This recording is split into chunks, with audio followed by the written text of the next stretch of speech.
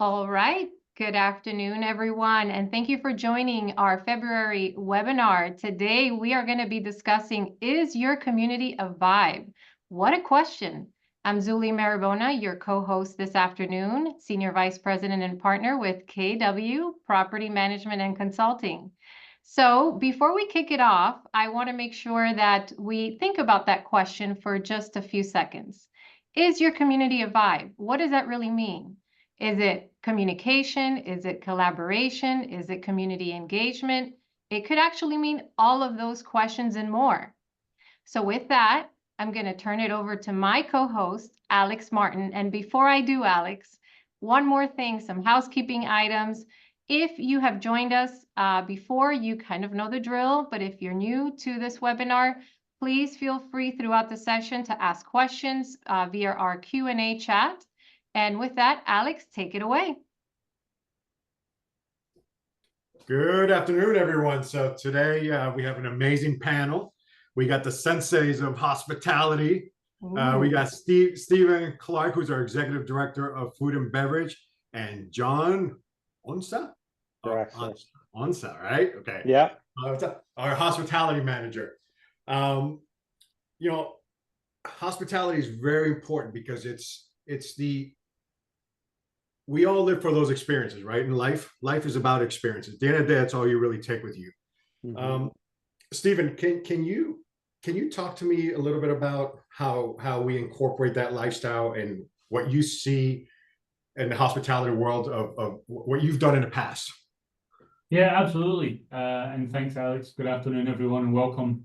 So, hospitality, to me, hospitality and lifestyle, it's a very personal thing. It means, a different thing to every individual one of us.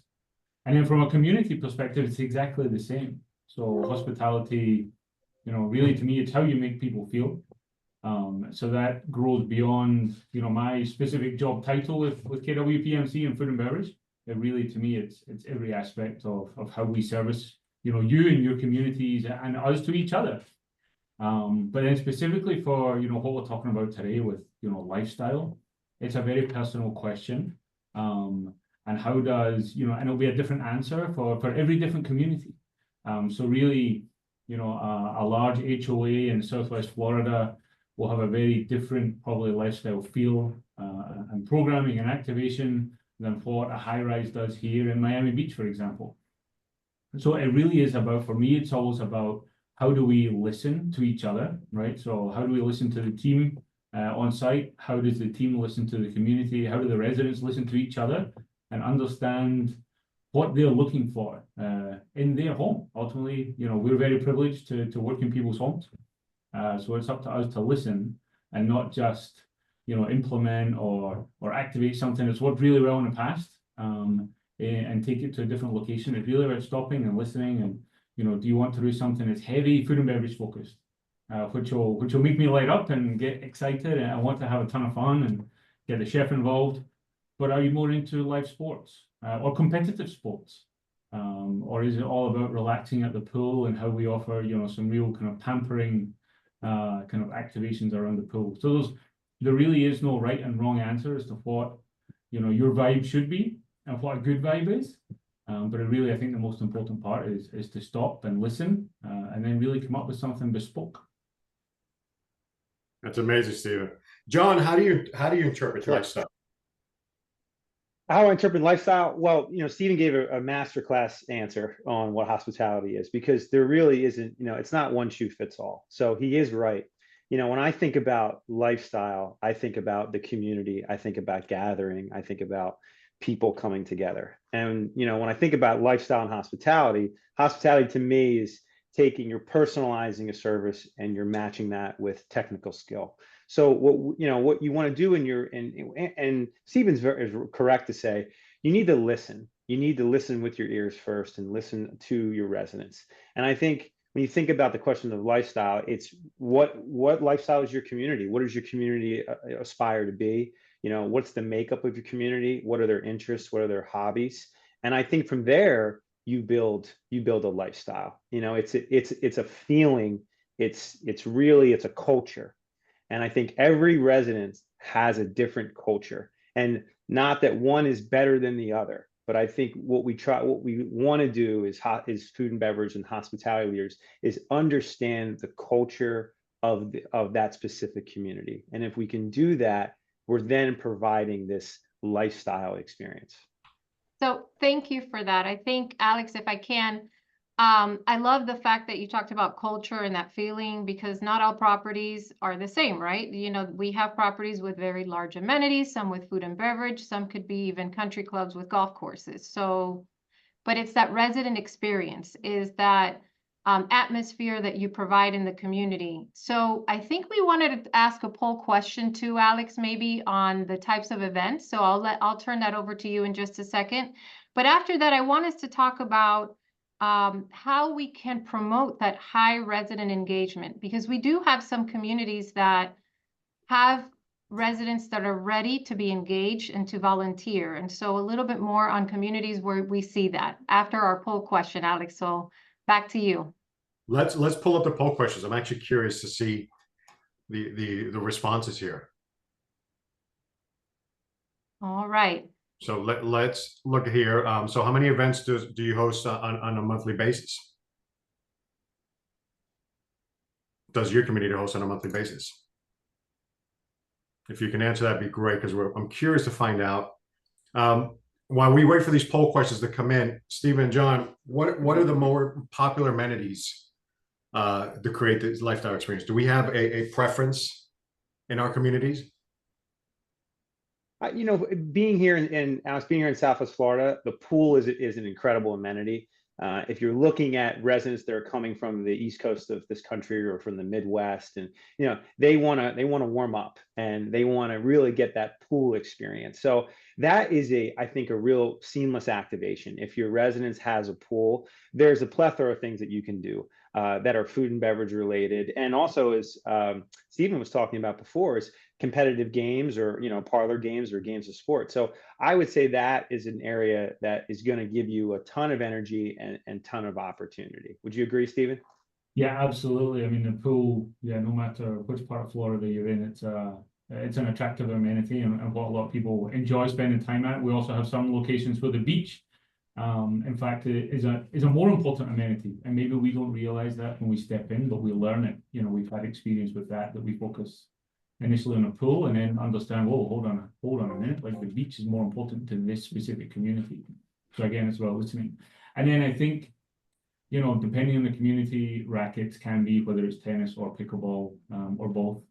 And then food and beverage. So I think, you know, taking a moment to talk about food and beverage, the restaurant, if there's a community that has a restaurant or a cafe, or both, then that's always a really important amenity, whether it's, you know, managed within, you know, kind of our responsibility or the management company's responsibility, whether it's outsourced, or even if it's just a club room that's maybe not activated kind of on a full-time basis.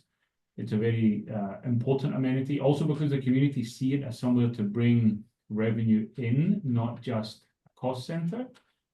So it often becomes you know, a hot topic. So something that's talked about often at committee meetings, board meetings, and we certainly invest a lot of time and passion and energy into making it the best it can be. But it becomes a very important amenity if your community has a, you know, food and beverage outlet. That could probably be its own topic, right, on the session, right? Just Really all could about be. food and beverage operations, I'm sure. We got a whole series. I'm sure. Looks like we've got some answers on our poll questions. We do. So out of how many events do we host on a monthly basis? 29% said none. Shame on you. That's not good. That is, you know, so we have 57% do 1 to 3, 5% do 4 to 6 events on a monthly basis, and then 10% do 6+. Wow. Okay. 10%. So if you're one of these communities that are not doing at least 1 or twice a week some kind of event, it's no bueno, let's just say, right? Because it's all about creating that experience. Have we had challenges in the past where one amenity or an area of a community, we haven't been able to activate it, and we've had a success in activating it? Let's say a ballroom, an F&B outlet or something. Can you give me a story on that? Great I would question. love to. I would love to jump in, Stephen, and this actually took place about a month ago. One of our properties has this beautiful dark bar, and it's kind of a bourbon forward bar, and it's gorgeous. Everyone that visits the property gazes into there and goes, "Ah, it's so unlike everything else."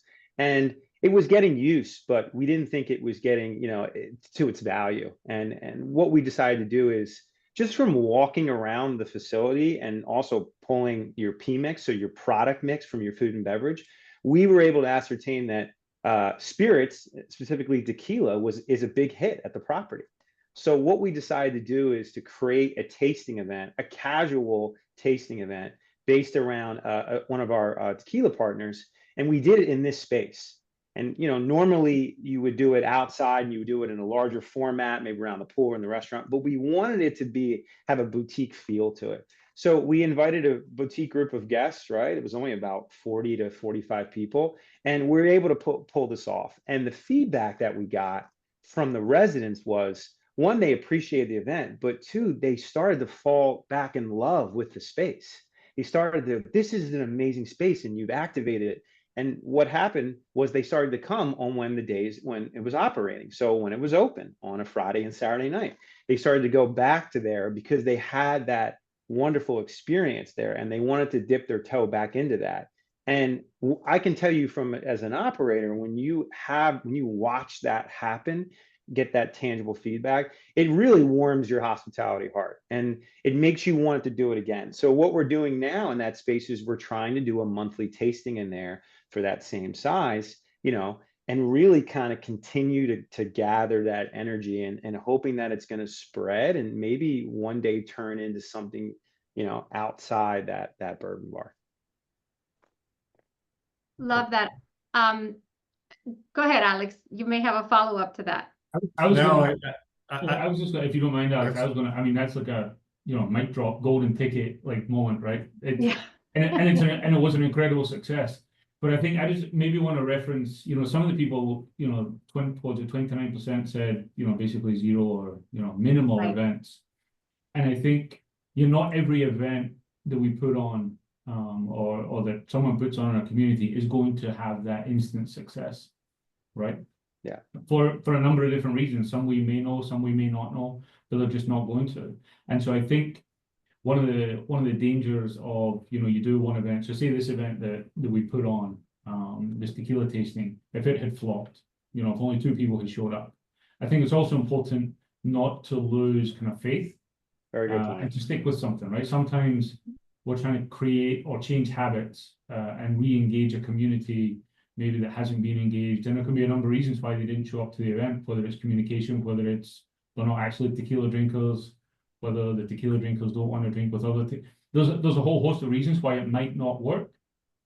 But it's always just about learning and then adjusting and not give up just because something doesn't stick the first time, right? Because if we did, then yeah, like many of our communities wouldn't have events. So I think we have to try and create, and sometimes it'll take 2 or 3 months to build a following to get the word out. Maybe it was on the wrong night of the week, for example. So there's lots of reasons why something might not work. So when you don't get that instant success, which we were very fortunate in, in John's example to have, don't give up and continue to try to evolve or stick with something or try and gather feedback as to maybe why something didn't work, and don't just accept that, our community doesn't like events.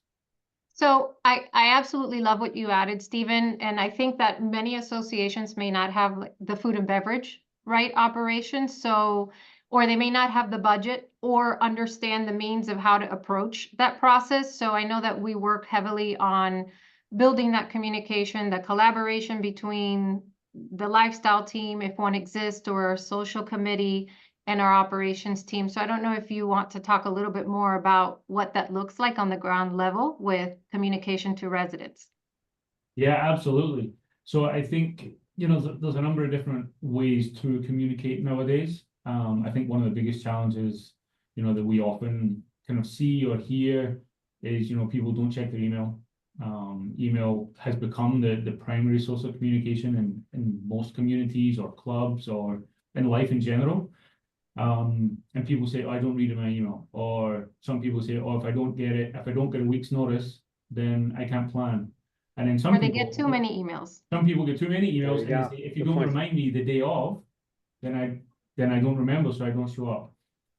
Text messaging, has become a thing. There are some technology platforms out there that will allow us to do, text messaging to the residents, to the members. Social media is something that's not heavily used in associations for pushing events. We do have a couple of locations which do a really good job at their kind of social media kind of programming and communication to really keep the members engaged and what's going on, but it's not as common as you might think in today's world.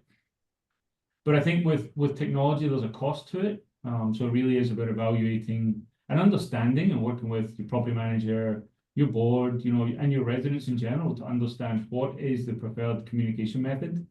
It could be as simple as, reader boards, so like monitors in a clubhouse, digital monitors. It could be, old school kind of push pin boards at the pool, or if you have locker rooms in the gym, but it really is about understanding what are the high traffic areas, where are people going, like if people are signing up for rackets activities in a pro shop, then you've got them, you can capture them there. So again, it's not sometimes listening, but also listening with your eyes and watching traffic patterns and understanding where people are to understand what the best communication method is. And it'll probably be a combination of multiple different kind of channels.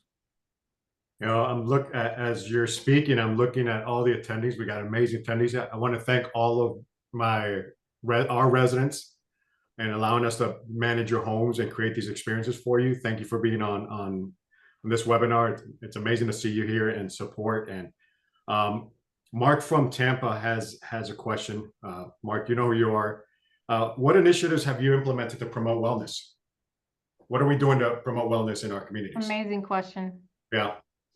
That is. I would tell you, Mark, thank you so much for your question.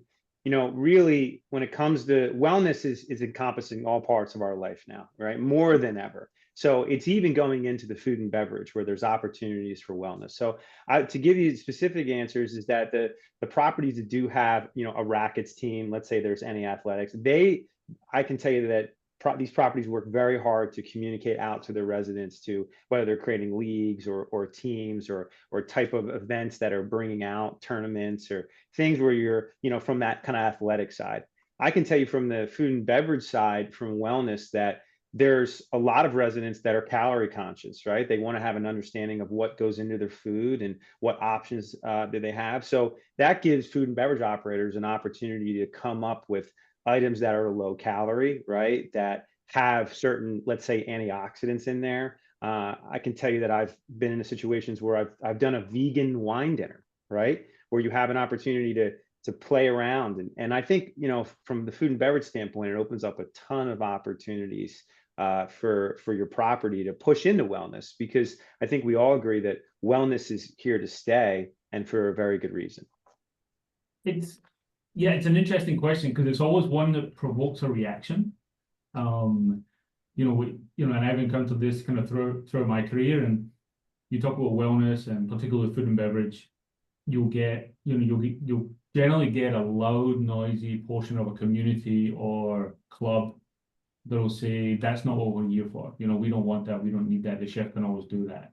But I think it's a great conversation to have and to be able to put something on the menu. Maybe it's just offering flexibility in portion size. Something that's popular in many of our locations is kind of half salad or half sandwich, or a combo, cup of soup and a half sandwich. You might not think of wellness, but it just gives people options and flexibility, specifically for food and beverage.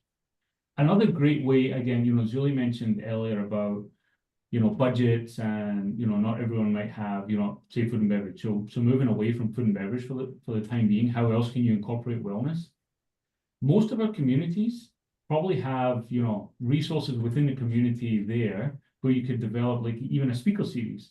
So, and, bring people together, have a speaker series where you have, a dietitian or a yoga instructor or, a dermatologist maybe living within the community already that can come and just speak to the community for 30 minutes. You set up a speaker series, and whether it's monthly or quarterly, 1 month, 1 quarter is focused on health and well-being. And you could really kind of engage the community that way, have some really great conversations, which in many ways is actually, it's wider reaching and might have a greater impact than anything we could do on a food and beverage menu. But it can help educate, inform, but also build a community. People can, connect with their neighbors there. They might not even have realized that they have, a buddy or, a mentor, living as their neighbor. If I could add to that, Julie, if I could add to just real Sure. quickly, what I love about what Stephen said is that when I come to some of the communities, we have such accomplished people that live in these communities in their professional careers.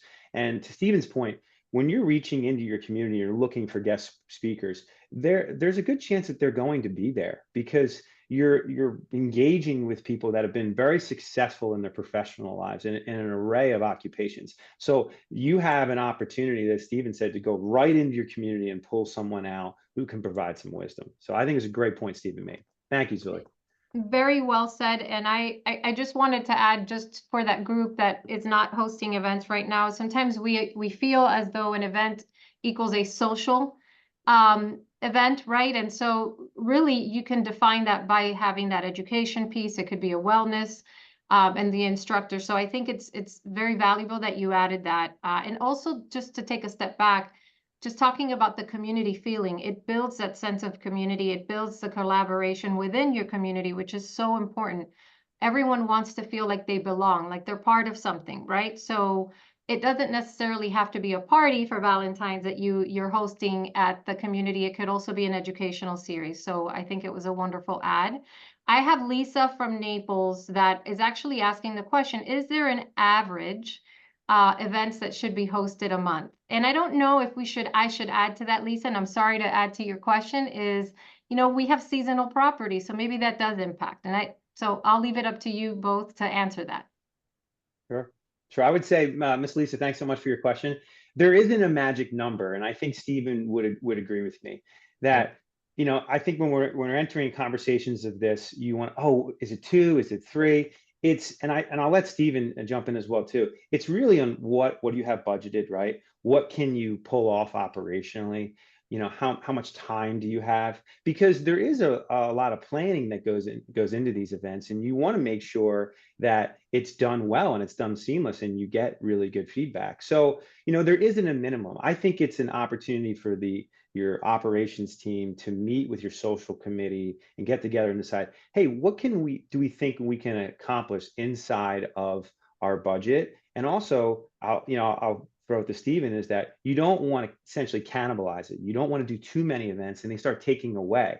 And I've been in situations where you're having so much success in your events that you start wanting to do more and more and more. And eventually you start to see your attendance drop because you may have done too much. You may have overcompensated a little bit. Stephen, your opinion?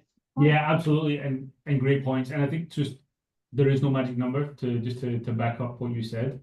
But I think if you're in a bigger, very active, engaged community, if you can pull off one a week, I think that's incredible. And I think and you get the participation, then I think that's a really good output and return.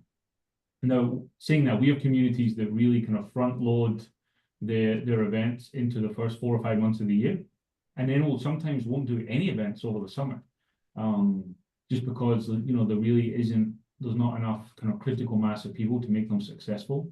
And so they, deliberately set it up that way so they get the participation in the winter, if they are a highly seasonal location, and then in the summer back off. And again, use whatever budget you have kind of wisely. And I think no matter where we live or how we live, we all have a budget. So it's just about how do you get the most out of that. And I think, to John's point, to be careful that we don't kind of oversaturate with events and find that right sweet spot. We have, great, but again, it's about listening. So we have, if we're looking at food and beverage specifically, some examples of food and beverage events that were, very successful, profitable as well. So they actually, they contributed and helped subsidize the general food and beverage operation to a point where we actually, instead of doing multiple different events, we took the one event and expanded it. So we did that same event twice in 1 week, but instead of doing weekly events, you do it every other week. So you're doing the same number of events, but much more efficient, but you're also allowing more of the community to come and attend at what's become a very popular event.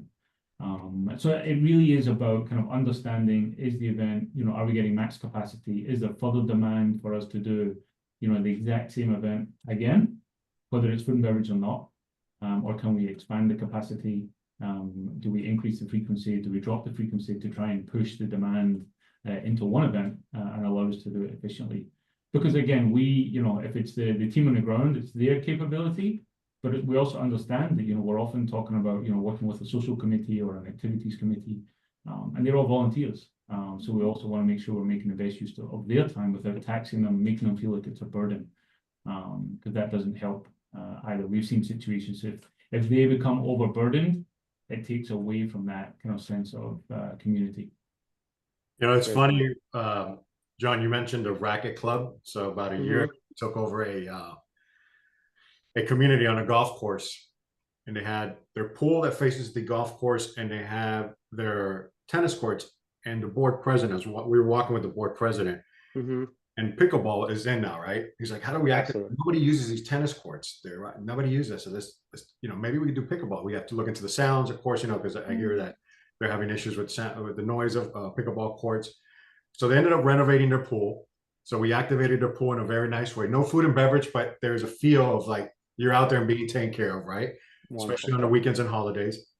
And we activated the tennis courts to pickleball. They turned them into pickleball courts. And now there's a massive competition going on in the building where couples are challenging each other from one apartment to the other. And so the board president called me on yesterday, Tuesday. It was President's Day, it was Monday. Calls me on Tuesday, says, Alex, you need to come. We have the finals happening. So tomorrow, we have our annual meeting, but the annual meeting, they're not worried about the annual meeting. But afterwards, they have the competition going on where so-and-so couple from apartment is challenging another. And he's like, and I've actually lost like 15 pounds because the community's gotten so competitive with this. They're so competitive. Wow. Oh my God. So he's like, we'll do the annual meeting. We'll get it over with. Is this, everybody's happy. We're very happy things are going on. This will happen really fast, and then we're going to a competition. Wow. So talk about that's wellness. Full circle. That's full circle wellness right there. Yeah, talk about wellness, activating some amenities and bringing this. And then he's calling me. He goes, you don't have to go to the annual meeting. Just come to the pickleball tournament so you can see us beat so and so. So isn't that wonderful? That. And you look at professional sports, and it's a multi-billion-dollar industry for a reason. Yep. And that we as amateurs, we all want that piece of competitive glory. And athletics at a property there's so many opportunities off that, right? That come off that. And you can really create a vibe, and it can come off athletics. And Alex, I have visited properties, and I have been there in certain situations where it was the pickleball quarterfinals, and it's a pin drop on the property, right? And there's excitement, and people are waiting, and that is a vibe in itself, right? Absolutely. Yeah. I didn't need to be at Flushing Meadows. I was at my own US Open, and that's a vibe. And so I think that what goes back to the point that we're making is, if you put your ear to the grindstone and you listen to what your community is doing and how they're spending their days, you can program around that. Agreed. So I have a question online here. What about adding food, not alcohol, to a business meeting, like at a budget meeting or annual meeting? Yes. Steven, go ahead. Always. I guess my biggest question is, why not alcohol? Well, I could tell you a ton of reasons why not. I know the reason. I know. But I think, again, there are no rules. The food and beverage operator in me thinks about, Alex's pickleball final. And I'm thinking, I hope there was a beer cart or an ice cream cart or something. If there's people watching, then there's an opportunity. Just to add value, to make it an experience. It can be small, really a kind of token gesture. And it's not about, some people look at it as to generate revenue. It's really not. It's really about enhancing the experience, right? Making that amenity better. And if it comes with, some revenue that helps to offset, some of the cost, and then great. It's a win-win. So yeah, but in terms of adding food to the board meeting or a committee meeting, I would say yes. The one thing, again, just speaking, we always have to be careful with perception. I know that I've been in situations in the past where, you know, the word gets out in the community that, you know, the board are getting free dinner, and that's why they're on the board, and it's costing the community thousands of dollars, which isn't the case, but, you know, perception is reality. So I think, you know, again, just knowing your community, knowing how they would react to that type of kind of situation. But yeah, absolutely. I don't think, you know, board members, committee members are volunteers. I know that for our food and beverage locations, we often use, you know, maybe a food and beverage committee as a kind of sampling. You know, if the team are putting out a new menu, then that's an opportunity for us to put together the dishes, have the chef come out, explain, you know, with, you know, the product mix, with the data behind the change, and run through and get some feedback from the end user. It's a, you know, yeah, it's a perk of being on that committee, of donating your time, but it's not something that anyone could really turn around and say was an abuse. But so yeah, absolutely use it. Just again, just know what the potential reaction might be, so that it's not, so it doesn't then turn into a negative. Thank you. And I want to expand on feedback. You mentioned feedback. The next question is, how do you get people involved? Thank you, Gerard, for this question. Been trying, but no one responds. And I think that ties into feedback as well. And I know that it happens. It happens in many communities, but I think understanding what the community wants is very important. So Stephen, Clark, anything you or Stephen and John, anything you want to add there? I just changed your name. Now, John, you're Clark, and Stephen, you're Stephen. John Clark has a You wanna great ring add to there? it.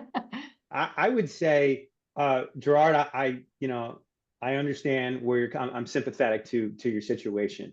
I have been there myself too. It's when you're passionate about something and you bring it forth because you think it's going to better your community, and if it falls on deaf ears, it's difficult to handle.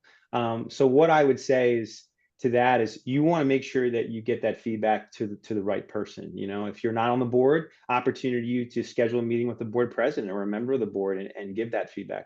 Also too is that as a property leader, you want to have your door should always be open, not just to your employees, but also to your residents as well too. So I would hope that our residents can come to our property leaders and share this information. And that's part of the responsibility as being a property operator, is that you're there for your residents. And you're there to help them and to guide them and give them feedback, but also take feedback as well too. That's part of the responsibility. Yeah, I mean, Gerard, it's a great question, and I think it's a point, and it's a kind of point of frustration for a lot of our boards, committees, that, you know, certainly, you know, residents, members, you know, they're willing to give feedback, but then when people are asked to volunteer or, you know, to give time, then it's crickets. And so I think it really is about, you know, a little bit of peer pressure often works. So if you have someone who's an active user of, whether it's, you know, rackets, food and beverage, the pool, you know, a one-on-one direct approach can be useful, can be helpful from either a board member or from the property manager, you know, just addressing them and you know, thanking them, you know, as an active user, and we'd love your feedback, and really explaining that we don't need much time. It's just about, you know, we'd love your ideas. We'd love, you know, for you to kind of help us promote the amenity more, to drive further participation, so that again we can improve the enjoyment for more people, you know. So I think really get people who are passionate about whichever part of the property we're trying to activate, try and get them involved on a one-on-one level, rather than again that mass email asking for volunteers often falls on deaf ears, or people just are resistant. But it is a challenge to get volunteers at times. How about town halls or those sometimes coffee and conversations with the managers? Are those good forums for those types of environments? What do you guys think? Yeah, I would. I think, sorry, John. I got so excited because I love the town hall. Sorry, I'm gonna temper my comments here. I'll give a short answer and then you can expand. No. I mean, the short answer is yes, they are. And I think whether it's a town hall, whether it's a coffee chat with the GM, giving people the opportunity, giving residents, members the opportunity just to come and have whether it's informal, literally at the kind of the morning coffee station, or a little bit more formal in a town hall setting, but giving people the opportunity to come and speak and listen and feed off of each other as well. Again, as long as there's some kind of ground rules and everyone tries to keep it positive, Ultimately, everyone wants to contribute to making the community better. So the intention is always there. Then yes, they can be really great kind of forums for feedback and improvement. How, Pablo's asked a question here. What's the experience of working with social committees? You know, is it good to, you know, create a social committee and what I mean, what is your experience with working with social committees in these communities? In my experience, they are an absolute resource to any residential community. You know, they provide you intel, and I think if you have great social committee members who attend your events, and let's say you have dining that dine in your restaurants and use your amenities, they are incredible intel for you to meet with and discuss. And they also can be change agents as well too. They can drum up ideas and brainstorm and come up with new things. So I would say an active social committee is a great resource for a property manager, and it's also a great resource for a resident as well too, as Stephen said, to filter some ideas if you're a non-committee member to the social committee.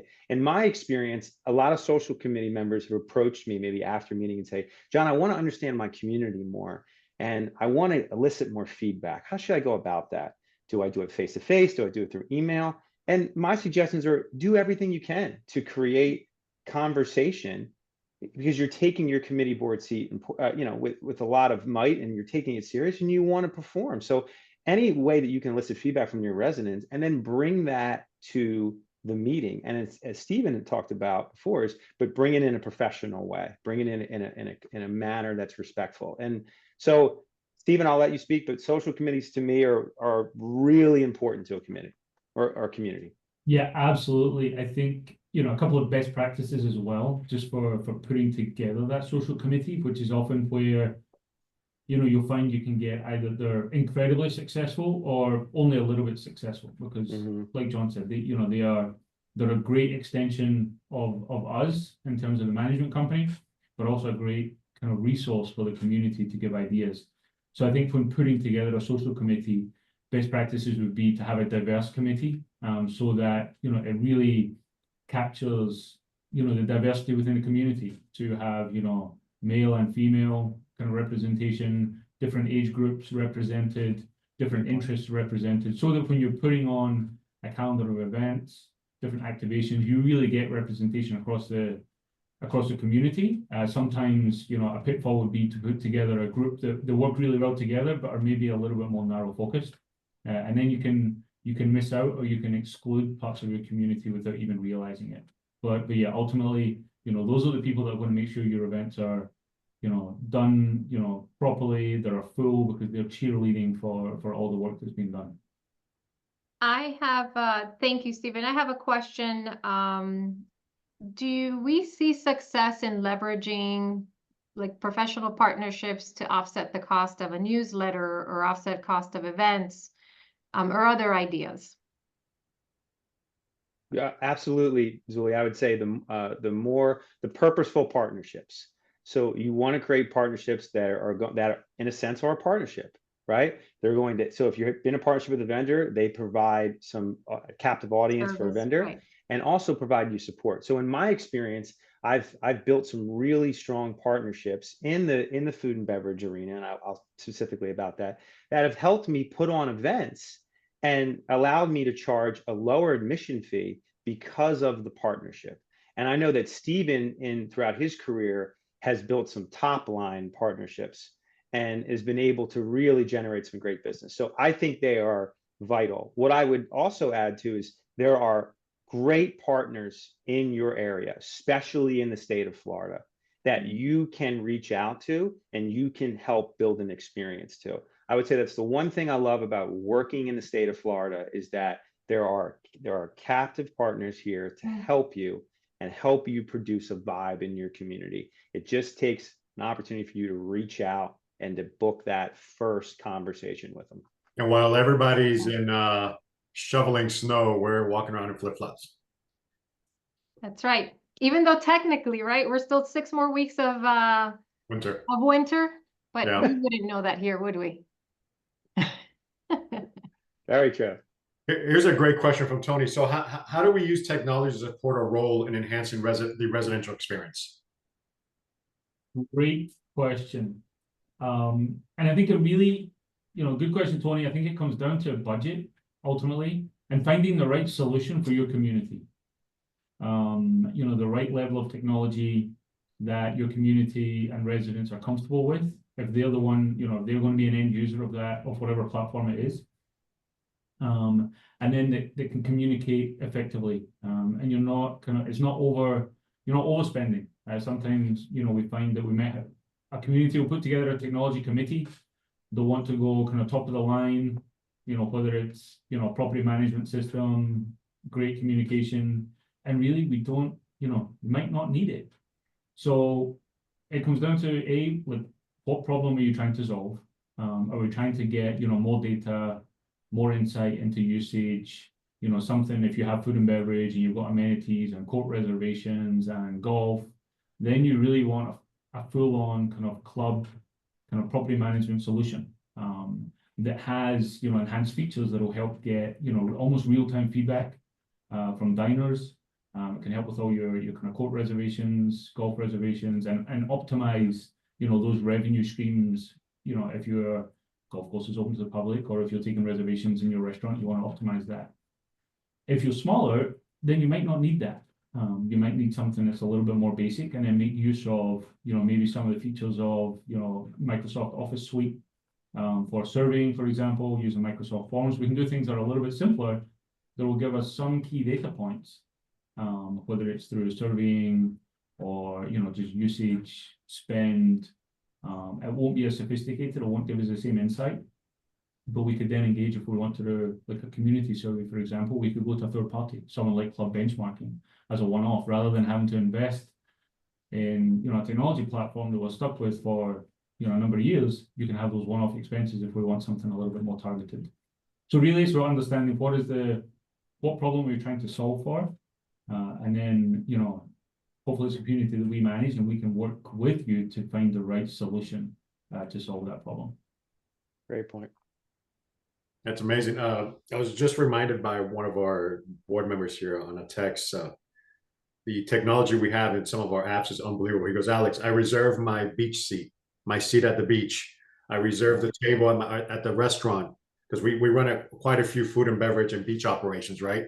And he goes, I reserve. So he goes, there's nothing like being able to go on my app at night, the night before, and reserve my pickleball court, the massage room, the spa. So he's like, you're at your Sunday app brunch. and Sunday Yes, brunch. absolutely. Which is, we have a good question here, and I'm gonna give a quick response, and then you guys take it over from there. What about clubs like a garden club, a book club? Do you all see these having success in communities? And I was at a property last week where we manage one of the food and beverage operations, and they have a gardening club. Right. And when they did the sun studies, they're growing their own tomatoes, they're growing their own, and everything that the gardening committee is doing is being implemented into the foods and the events, which is amazing. I found it amazing. So I got to taste a little bit of taste of it. So they're growing some of their own food that's being implemented into certain drinks, into certain salads. That was really unbelievable to watch and experience. So yes, I like the book clubs and the gardening clubs, but you're the experts in this field. What are your thoughts? Yeah, I would say everyone loves a great garden party, right? I mean, garden parties are the best. Opportunity to get dressed up and to survey the garden. So congratulations to that property. That's farm to table at its truest form. So that's pretty impressive. To answer your question, a lot of book clubs will start organically, right? The residents will come together. So I find in my experience that in some of the properties that I've come into, these groups are already existing and are already operating without any property management support. So yes, I think the clubs within a club are great ideas, right? And in my experience, when you can create a club within a club, whether it's a wine club, right? Or to go even further, a whiskey club or a book club or, a rare coin collection club or a film club, clubs within a club are a wonderful opportunity to bring residents together. Now, in the sense of in this conversation of a garden, the opportunities are limitless there, what you can do. I would activate that spot as quick and as fast as I could to do a multitude of events in there. Getting people outdoors in a semi-sophisticated setting always brings a great experience. Bringing you closer to the earth is always going to elicit a lot of warm feelings. So a question's coming in here from Michelle. So what steps do we take to hire the right people that have this customer service and understand how to create this experience? What kind of trainings do we do? Oh, I think is that $1 billion question, right, It Stephen? is. That may be $1 billion. It's all about the talent. Great question. And I think it really, it's not an easy, I mean, it's an easy question to answer. It's a harder question to actually deliver on or to bring to life. But it's about finding the right balance of skills and experience for certain positions. But really, what we are focused on a lot, and especially in our kind of amenitized operations, it's about hiring for attitude. And we really want to find, I want to find people that I want to work with, right? I want to find people that are good people, caring, genuine, and that want to make people feel good. And it's not just an act, it's not just a show, because we can teach most of the things that we do, right? Now, obviously, if we're hiring for a chef or a tennis pro or a golf pro, we need a certain level of skill and experience to go along with that. We can't teach all of that. But fundamentally, you have to care. So we want to find people who are passionate about people, passionate about kind of hospitality, and that is top of the list whenever we're sitting in front of someone and interviewing. And then we can teach or complement the hard skills. That at least that's when I'm interviewing, from we're out recruiting, that's what we're looking for. And I would think to take it a little farther and actually specifically train is that, you really an onboarding process lasts about 90 days, right? So if you do find a great candidate, as Stephen said, who has that hospitality heart, you want to take their training and their onboarding very seriously. Me and Stephen talk about that a lot, is that 90 days for an onboarding for any employee, regardless of the level, to feel fully immersed into the property. So having the right documents and having the right intel about your property is really important, because finding that person is the first step, but it doesn't end there. You have to provide them a robust training for them to be successful. Yeah, in the hospitality world, where we're always looking for that 5-diamond, 5-star feeling, you want to hire those individuals that service from the heart, that just care, are engaged. Absolutely. Right? And what I've always said about residents, it's not like a hotel where they check in, check out. Residents are your guests that never check out. Yeah, absolutely. Right, they're always there, and you need to find what they're like. You need to hit the pet peeves. You need to create that life experience where they feel like they're always at a resort, where they feel that every day is an experience for them, right? And it's something different. So it's so important to create these experiences, because that's really, at the end of the day, I'm telling everybody this all the time, that's only really what you take with you. Nothing else goes with you but those experiences. Mm-hmm. So that's such a good point, Alex. You know what? Every moment is an opportunity for hospitality. Right. We talked about the board meetings, right? They can feel serious. There's an opportunity to provide hospitality. There's something as simple as a wonderful French press coffee to start the morning. Plunge it down. That we're gonna commence the board meeting with a plunging of the French press. Right. These are all little moments that you can do. As Stephen said, you want to be purposeful, right? And in your approach, but every moment in your community, especially for an operator, is an opportunity for hospitality. Yeah, one of our communities, right before they start the board meetings, they have a tea set up. Wonderful. And we look forward to, and it's donated because one of their residences produces raw organic honey. So they present the different types of honeys that can be put in these teas. And I'm telling you, everyone looks forward to this. It is unbelievable when you get that raw organic honey. I love it. Brad has a question here. What steps would you take proactively to gather feedback and identify areas for improvement? Like when we take over a new property that really needs activations, they've lost the lifestyle that was, maybe there years ago. What steps do we do in advance to gather that information and identify and then activate? So I think, Okay. you and I have done these, Alex, where we go in and we have that, it's a town hall, but it's almost a town hall on steroids. Where we go in and we get the questions, we get the feedback from the community. And then hopefully there's a team, hopefully there's a legacy team. If we're specifically talking about a transition property, for example, hopefully there's a legacy team that we can kind of, for lack of a better term, but like mine data from, right? So listen to them, what's worked, what didn't work. And then very quickly just engage, be there on day one, right?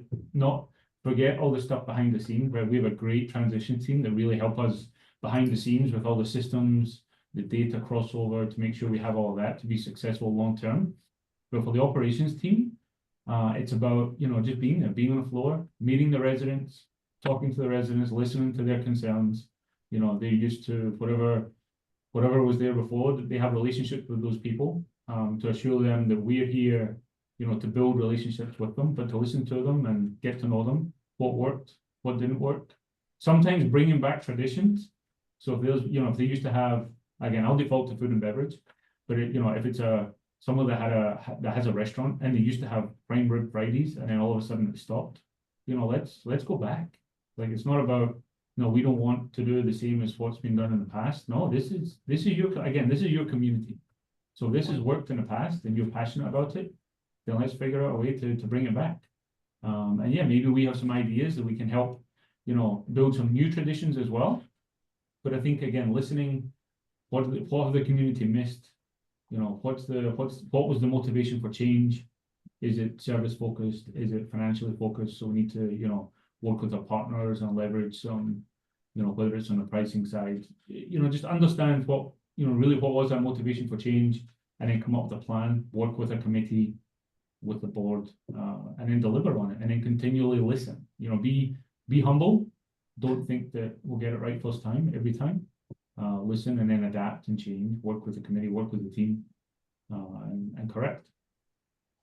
I would add one point to that is the comment card is always an opportunity if it is managed properly. So a lot of times comment cards will be out there in your gyms, in your dining, in your administration, and there won't be a program on how to manage them, but that is essential feedback. So if your property team can take those comment cards after, as I said, after a gym session, right, after a dining experience, and if they're gathering that information, they can use that intel and bring it back to make operational improvements. So if you're a property that doesn't have a lot of tech, the comment card with a nice number 2 pencil is very effective if you manage that program. Amazing. So we have about 6 minutes left here. Raul's asking a question is how important is demographics in a community? In some of our communities, we have more people from the Northeast, right? In certain buildings, we'll have more people from the Northeast. In some of our other communities, we have more people from the Midwest. Like, how important is that? I think for me, it's important to understand what the demographic is. Good point. And if it's static, if it's changing. I think what we're seeing is a lot of, there's a demographic shift in a lot of our communities, as property values have increased significantly, in South Florida, or all of Florida, over the past 4 or 5 years. There's been a demographic shift, which has brought tension, because now you get different income kind of brackets living in the same community with a different expectation. Great point. So I think when we're talking demographics, is to understand what is the demographic, kind of what's the mix, and then how do we, if we're talking, again, this conversation focused on lifestyle, how do we solve and put together a plan that demographic wants to feel like they're part of? Because ultimately, again, it's your home, it's your community. So if you've got a split demographic, with 2 or 3 or 4 distinct kind of kind of communities within the community, then it's important that your lifestyle calendar, your event calendar reflects that. And again, your committee should either have representation or should really have representation, for all those different kind of demographic subsets within it. So I think really it's about understanding what your demographic is, if it's shifting, and then building a calendar that they're all happy with. Great point, Stephen. A little bit for everyone. I think Stephen makes a great point, is that you want to create some events that are going to reach all the demographics, but there's also an opportunity to bring people together regardless of demographics, right? There are events that you can plan that bring everyone together, because regardless of age and economic standing, everybody wants to attend this and be a part of it. So to your point previously, Alex, is if you're bringing a great experience, everyone is going to want to be a part of that. So I think Stephen makes a great point. If you load your calendar up with all that intel, you're going to have a successful season. Yeah, it's funny. It always reminds me of that one community where we manage a restaurant, an individual from New York that says our pizza is not real pizza. And then we have someone from Chicago that their pizza. So we make the Chicago pizza and we make the New York pizza. And our chefs actually, one of our chefs is from New York. And now we're making both, and they're both happy. But it's true, they had this competition for these demographics. They were having the battle of pizzas. Yeah, whose pizza's better. So that's it. That's the activation for that property. Yeah. Those two residents, there needs to be a pizza cook-off, right? Yes. And those are the types of things within clubs, within communities that bring people together, right? And you have it by the pool on a Saturday afternoon, and the chef supports it, whether it's pizza or ribs, or and the residents all prepare their own ribs, and the chef supplements it, and everyone comes and has fun, and there's we're all competitive, so there's a competitive element. But again, it's about finding what makes a community tick, or elements within that community, and then leverage it and have fun around it. Great. Great. That's how you create an experience. So we got 3 minutes here left. I'm going to ask you guys a question, and you answer it and go from there. So what's one key lesson or a piece of wisdom you've gained from your experiencing managing these communities that you would like to share? That's a wonderful question. I think for me, I learned kind of in a kind of previous phase of my career to always go in and listen, right? Ultimately, this isn't my restaurant, hotel, club, and it's certainly not my community. So I shouldn't be the one, and we shouldn't be the ones dictating the programming. So it's always, the first question is, this is your community. You tell us what you want, and we'll deliver. We can bring ideas, we can bring things that work in other similar communities or different communities, but it really is about listening. And for me, that's critical. And it was a game changer in my career. That's a great point. I would echo that. Seek to understand before you're understood. Check your ego at the door, and really be a part of your community as an operator. And there were so many times that I've been reminded of that, or humbled by that I've taken. Listen, I've spent a lot of time working in the Midwest and working in some luxury operations, but I don't know it all, and I don't claim to know it all. And when I go into a property, as Stephen said, it's always different. The communication's always different. The vibe is always different. Stephen makes a great point. I think as an operator, you got to humble yourself, and you have to, how do I build this experience? And also understand that the communities aren't cookie cutter. They all are different, and understanding that vibe and understanding your residents you'll be successful from that. So that's been a lesson, and it will continue to be a lesson for me in my career. Yeah, I love that, John. My dad used to say, you were given 2 eyes and 2 ears, so you can observe and listen more, and 1 mouth, you can talk less. And that's the mindset I go when I go into rooms. So listen and observe more, right? Yeah. Gentlemen, I want to thank you again for today. John, Stephen, thank you for joining us on this webinar. It's amazing what the two of you do and what you create over at our properties. And I just want to remind everyone out there that our next webinar next month, be on the lookout for it, is going to be insurance coverage before hurricane season. So be ready for that one. Okay. Everyone have a wonderful day and a wonderful week. Take care. Thanks, everybody. Take care. Bye.